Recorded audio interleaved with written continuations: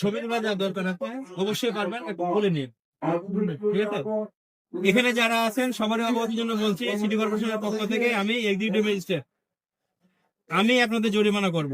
তবে কি কারণে জরিমানা করবো না সেটা বলে দিচ্ছি। ফুটপাত মুক্ত রাখবেন, আমি আপনাদের স্যালুট জানাবো। ঠিক আছে, আর যদি না হয় তাহলে জরিমানা হবে। তখন কিন্তু কাউরি কোনো কথা শোনা হবে না, কোনো অজুহাত শোনা হবে না যে আপনারা জানেন না। আমি কি বুঝাতে পারছি আপনাদের, বা আমার কথা বুঝতে পারছেন? আমার মনে হয় বুঝতে পারছেন, মানতেছেন না। যদি না মেনে থাকেন তাহলে আমার কিচ্ছু বলার নাই, যেভাবে মানবেন সেভাবে মানাবো। যে হচ্ছে ফুটপাত দোকান দিবেন, তার মালামাল আমরা হচ্ছে আটক করে ফেলবো। বুঝা গেছে? তুমি দাও না দোকান, কি কি বিক্রি করো? চোখ কথা বলে। যারা যারা ফুটপাতের আছে চোখের দিকে।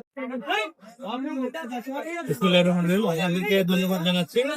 আমাদের বর্তমান মাননীয় প্রধানমন্ত্রী, তার প্রথম লক্ষ্যই হলো সারা বাংলাদেশে যাতে হচ্ছে পরিষ্কার পরিচ্ছন্ন এবং সাথে যানজট মুক্ত থাকে, এই বিষয়ে নির্দেশনা দিয়েছেন। এবং আমাদের নব্য সৃষ্ট বগুড়া সিটি কর্পোরেশনে যেহেতু মাননীয় প্রধানমন্ত্রী নিজেই এই সিটি কর্পোরেশনের অংশ হিসেবে আছেন এবং আমাদের বর্তমান প্রশাসক আছেন, সবার প্রজ্ঞান্তিক প্রচেষ্টায় আমরা সিটি কর্পোরেশনের পক্ষ থেকে চাচ্ছি দুইটা লক্ষ্য। এক হচ্ছে পরিষ্কার পরিচ্ছন্নতা মডেল হিসেবে এবং সাথে যানজট মুক্ত।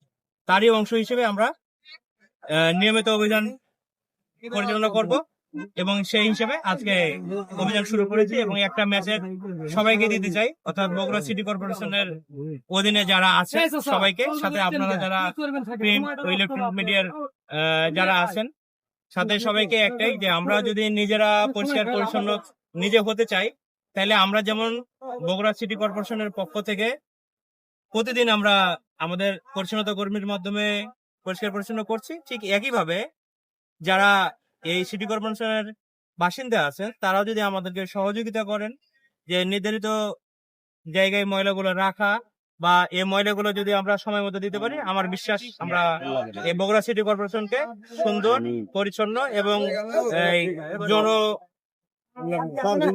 দেখতে পারবো। ধন্যবাদ। ওকে।